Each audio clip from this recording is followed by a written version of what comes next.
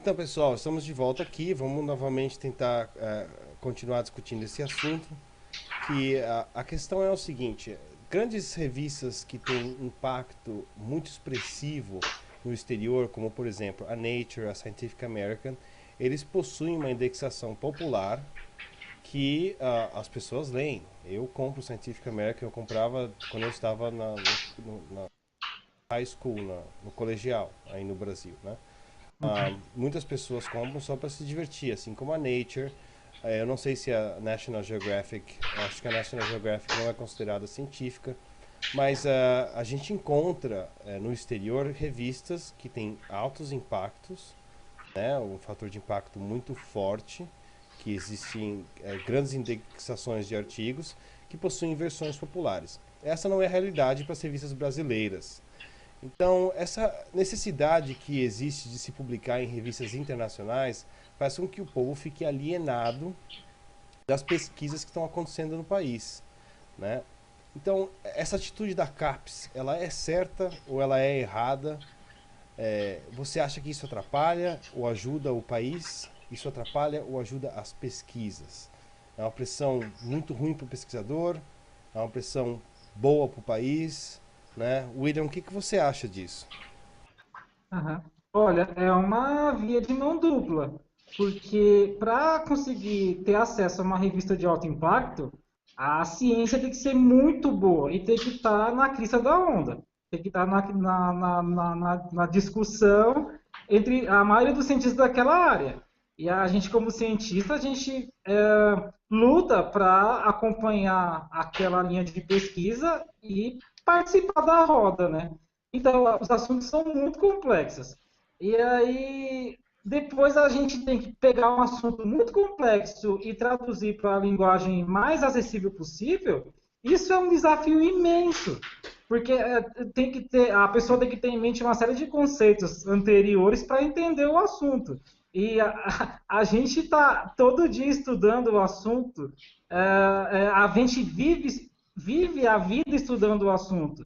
Então é muito difícil pegar isso e transformar de uma maneira mais simples para as Mas pessoas. se a Nature, a Scientific American e outras revistas mesmo aqui no exterior conseguem fazer isso, até mesmo revista de ciência da computação, que a gente já discutiu isso no programa anterior, né, eles Uhum. conseguem jogar de uma forma muito interessante para o povo. Por que, que as revistas brasileiras não fazem isso? Por que, que existem tão poucas revistas científicas populares brasileiras? Olha, tem um negócio interessante, porque o autor do artigo que a gente está discutindo, ele é um jornalista científico. Ele não é cientista. Então, ele é especializado em pegar os assuntos científicos e transformar para as pessoas lerem. E ele teve sucesso no artigo que tá dando o que falar. Então, tem uma pessoa especializada que vive bolando maneiras de pegar os assuntos científicos e trazer à tona, para as pessoas discutirem. Então, eu acho que para isso acontecer aqui no Brasil, tem que ter pessoas especializadas nessa função, em pegar um assunto científico relativamente complexo e trazer à tona. No caso desse artigo que a gente está discutindo, o assunto é palpável, né? Acharam uma maracutaia nossa lá entre eles, né? Uma maracutaia. Maracutaia. E claro que não foi só brasileiros que fez isso, tem que ficar bem claro. Tem italiano, tem chinês que foram pegos também fazendo a mesma coisa, né? Então a culpa não é só nossa, a gente não é o vilão total da história. Mas eu acho que para a ciência ficar acessível para a população, tem que ter pessoas dedicadas a isso. E no caso da gente que é pesquisador, é um desafio imenso traduzir esses assuntos de uma maneira mais palpável. E o portal Ciência está sendo uma ótima maneira de exercitar isso, né? Assim, só para continuar aqui, eu sei que a Universidade de Campinas, ela é uma das únicas que tem um curso de jornalismo científico, né? No Brasil, eu não sei se tem outras universidades que têm jornalismo científico assim também. Mas bem, o que você acha, Felipe, o que a ciência poderia fazer para tentar atrair um pouco mais o público? né? No caso, tirar essa preocupação, talvez substituiria. Será que o público, a atenção do público brasileiro pela ciência substituiria essa necessidade de publicar em artigos internacionais? Olha, você falou aí que não existem revistas brasileiras com que tratam desse assunto, né? Ciência. Na verdade, existem. Tá? Existe a Super Interessante, tá? Existe a Ciência Hoje. Existem várias, na verdade. Só que o interesse por elas no Brasil é muito menor do que em outros países. Mas pelo nível de cultura média do brasileiro, né? Mas a gente está falando de outro assunto, né? A gente está falando de como é que a gente vai fazer, como essas revistas poderiam fomentar, né, o conhecimento nas pessoas mais humildes ou na população em geral, e elas saberem o que os cientistas brasileiros estão fazendo.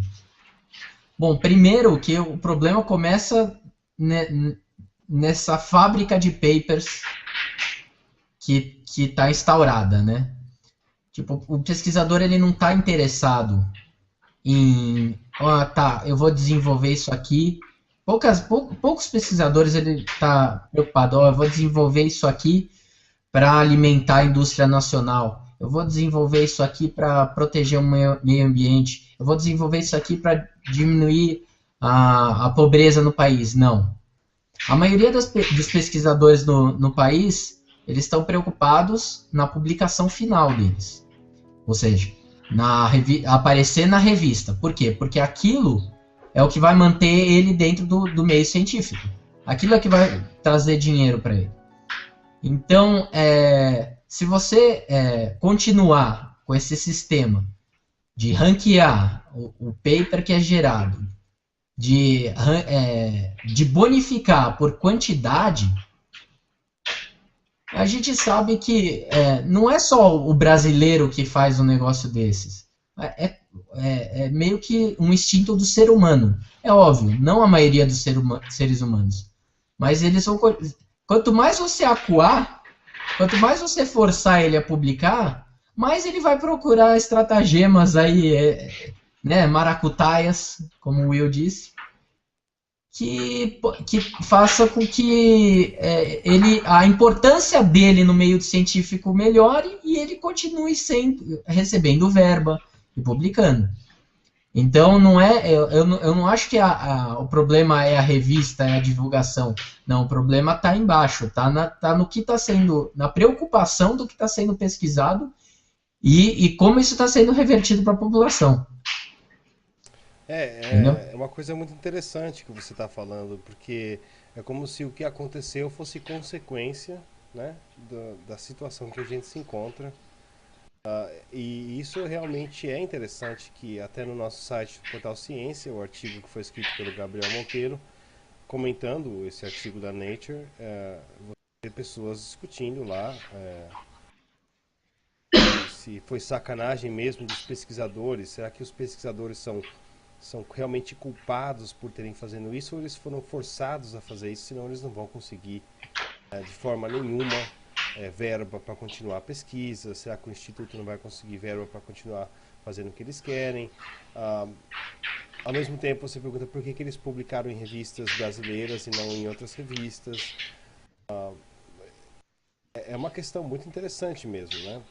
Você acha que o que aconteceu, Cláudio, foi consequência do sistema brasileiro para dar verbas para as pesquisas, ou realmente aconteceu com a ideia de realmente tentar aumentar o impacto das revistas brasileiras, enquanto paralelamente eles poderiam, sem dúvida alguma, ter publicado aqueles trabalhos científicos em revistas internacionais, porque eles eram de qualidade ou não, né? Sim, olha, eu acho que isso depende muito da área, né? Assim, eu vejo que algumas áreas de humanidades e tal, elas privilegiam muito publicações brasileiras, enquanto que pelo menos na minha área, em física, na parte de ciência de materiais, assim, você quase não vê nada em revistas Com brasileiras, certeza. né? Você Com vê que, certeza. né, porque a coisa virou uma coisa bem global mesmo, né? Você conversa com um chinês, conversa com um americano, e o cara faz o que você faz no seu dia a dia lá. Agora você pega um cara que estuda literatura, sei lá, língua dos índios da Amazônia. São pouquíssimas pessoas que fazem isso, geralmente só aqui do Brasil, né? Não impede, nada impede de ter uma pessoa de fora, mas a coisa acaba ficando um pouco mais localizada, assim, pelo menos é o que eu penso, né? Agora, você falou assim da questão de isso ser uma consequência do sistema brasileiro. Eu acho que aqui no Brasil a gente está muito atrás no tempo porque a gente pensa muito em quantidade, né? Vamos formar mestre. Nossa, ano passado formamos não sei quantos mil mestres, esse ano agora tantos mil a mais. Aí, mesma coisa com publicação, quer dizer, o cara, ele está interessado em entrar numa carreira acadêmica na minha área, o que ele vai fazer? Eu vou publicar, cara, eu vou colocar um monte de coisa no meu currículo Lattes lá, 4 publicações por ano, né, e lógico que assim, cara, os caras mais sérios realmente pensam na qualidade das revistas que ele está colocando lá, o paper deles, né, mas muita gente só quer saber de publicar, publicar, publicar, por quê? O dia que surgir um concurso aí, o cara chega lá com um currículo e fala assim, olha, no passado eu publiquei 8 papers, e aí, tipo, o cara já fala, não, isso aí tá ótimo, mas a gente tem que pensar, eu acho, na qualidade, né? Essa coisa que aconteceu aí das citações, né? Que o cara citou um jornal, resolveu citar um monte de vezes o outro. Por quê? Porque antigamente o sistema ainda era mais falho, você ia lá e citava o seu próprio trabalho, né? E com o tempo isso foi virando uma coisa que é uma gafe, né? Você aparecer lá uma citação sua para o seu próprio trabalho, né? Então as pessoas foram contornando. Agora, não é exclusividade do Brasil, entendeu? O que acho que o William falou, tem chinês, tem um monte de gente que faz isso. Tem que criar mecanismos que contornem realmente. Um Por paper de qualidade vai ter citações de tudo quanto é lado, não só de uma fonte, né? por sinal, exatamente como o William falou, não é o Brasil não é o único país que faz isso, né? Aqui nos Estados Unidos mesmo, uma das coisas mais comuns é pesquisador citar a própria pesquisa, Uhum. mas existe uma diferença muito grande aqui, que é que para você conseguir, primeiramente, o governo dificilmente vai fomentar um instituto que forma doutores ou pesquisadores. Se Uhum. você quiser fazer doutorado, obviamente você tem que ir para uma universidade. Todos os pesquisadores dentro daquela universidade são independentes, né? Para você conseguir um grant aqui, um fomento para você desenvolver um projeto de pesquisa, a única coisa que você precisa é escrever um projeto, ser americano, né? E enviar esse projeto para o NIH. Se eu não me engano, eu acho que a necessidade de ser americano nem existe mais hoje. Uhum. Você não precisa ter artigos publicados, você precisa, porém, ter dados preliminares. Isso facilita um pouco, né? Agora, se você quer ter um estudante de doutorado, se você ganhou o seu grant, o seu projeto de pesquisa, você vai pegar esse dinheiro do seu projeto e você vai pagar o salário para uma pessoa virar doutor ou pesquisador. Ou seja, a pessoa em nenhum Sim. momento depende de um órgão público para ficar, para conseguir pessoas para trabalhar para eles. Uma vez que ele conseguiu o projeto de pesquisa ser fomentado por uma instituição, pode ser grandes instituições americanas dão aqui, não só governamentais como não governamentais também, essa pessoa ela pode contratar quantos pesquisadores ele quiser, ele faz o que ele quiser com o dinheiro, né? E é muito bom, ele não tem obrigação de ficar publicando, o que é muito bom também, né? E por isso que tem laboratórios que ficam 2, 3 anos sem publicar um artigo, e quando publica na Nature, Uhum. né? Ou então na PNAS, que é a Proceedings of Natural Academy of Science. Tem alguns professores que pensam assim, né? Eles pegam um artigo mais da antiga, eles falam assim, olha, eu prefiro acreditar em dados experimentais de um cara que fez um experimento há 30 anos atrás, por mais que o equipamento não fosse tão bom, eles não tinham que publicar 5 papers por ano, eles publicavam um só e era um paper muito bom, né?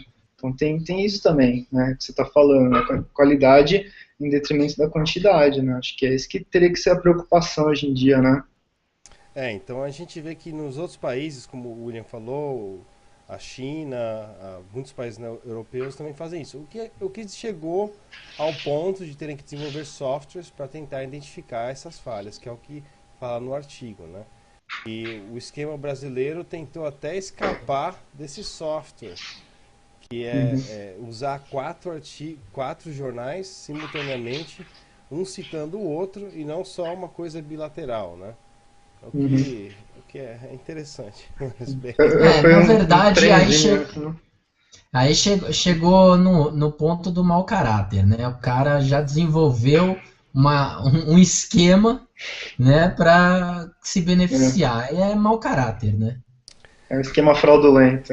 Bem, mas pessoal, aguardem aí, a gente vai voltar já em 2 minutinhos, tá? Pra gente continuar a discutir esse assunto e encerrar ele ainda hoje. E, por favor, não esqueçam de ir para o nosso site, por enquanto. Vai lá no Contatos e pode mandar informações que vocês querem que seja discutida semana que vem. E, por enquanto, eu só quero agradecer as 42 escolas que estão inscritas no concurso Despertar para a Ciência, que vai estar acontecendo, que tem as inscrições, o prazo de inscrições terminado em 2 dias, no dia 5, tá? E eu só estou agradecendo, que são grandes escolas brasileiras e a quantidade foi muito grande também. Realmente fiquei surpreso e espero que a gente receba grandes redações aí para poder comentar. Aguarda aí 2 minutinhos, a gente está de volta.